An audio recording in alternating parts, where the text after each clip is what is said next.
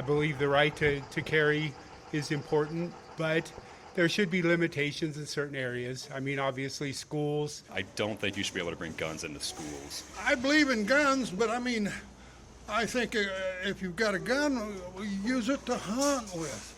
Things like that. It would probably be safe to say guns are relatively popular in Wyoming. And recently, Governor Gordon let House Bill 172, a bill that repeals gun-free zones in the cowboy state, pass into law without signature.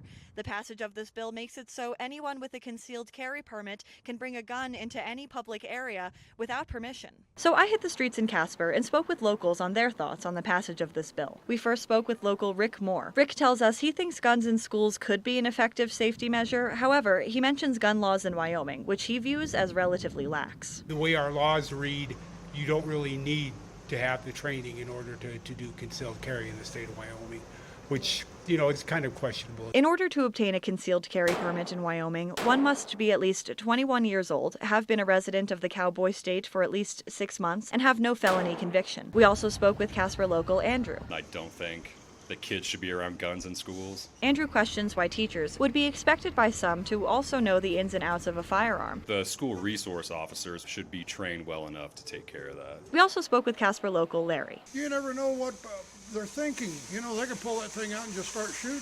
It would probably be safe to assume that while many folks in the cowboy state embrace gun culture, they don't want them in schools. Julia Conti, your Wyoming Link, Casper.